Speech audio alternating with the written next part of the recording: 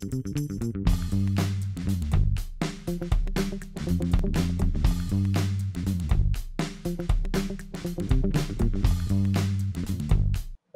ça paraît naturel comme ça, mais sous le feu de l'action, on a quand même souvent tendance à vouloir tout de suite réagir.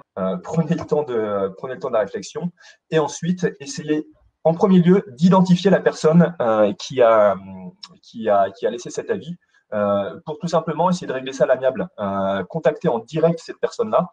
Les gens ont tendance à réagir. Enfin, on parlait des nouveaux consommateurs. Les nouveaux consommateurs ont tendance à être moins tolérants. Ils ont tendance à avoir la critique facile et voire destructive de temps en temps, surtout quand ils sont derrière leur écran.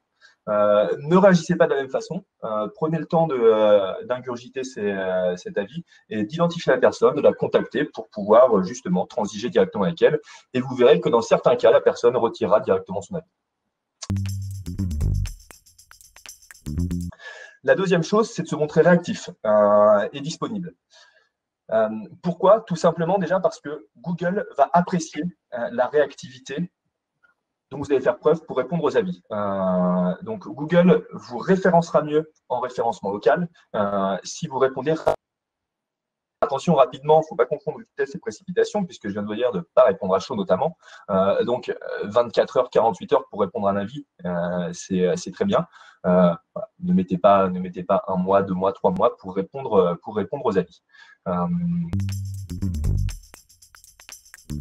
La troisième chose, c'est de mettre en avant avant tout le positif et remercier pour le retour.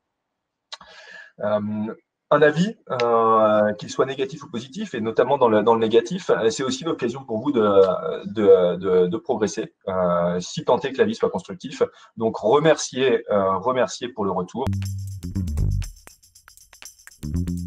Bon, très souvent, on voit des réponses à des avis qui sont très techniques. Oui, effectivement, on est quand même dans un secteur d'activité qui est très technique. En revanche, si la personne est novice en face, ça s'apparente plutôt à une démonstration de force et qu'à une véritable volonté de répondre à un besoin d'un client. Donc, évitez de vous embarquer dans des explications trop techniques si la personne en face est novice. Ce qui n'empêche de bien décrire les actions entreprises. Pourquoi? Encore une fois, un petit parallèle avec l'algorithme de Google. Le fait de décrire précisément vos actions va indiquer à Google que vous êtes positionné sur des produits ou des procédés qui sont très spécifiques. Et ainsi, lorsque les consommateurs feront des recherches liées à ces procédés spécifiques ou à ces produits spécifiques, vous serez présenté en priorité. Et enfin, une chose qui nous est demandée assez souvent, et ce que tout le monde aimerait pouvoir faire facilement, c'est de retirer un avis. J'ai pas de très bonnes nouvelles pour vous. Malheureusement, c'est un processus qui est compliqué, alors qui s'initie via votre Google My Business, où vous pouvez reporter les avis comme étant inappropriés. On pourra vous expliquer plus en détail comment se poursuivent les démarches une fois que vous avez reporté les avis comme étant inappropriés, mais ce sont des démarches qui peuvent être fastidieuses et prendre du temps.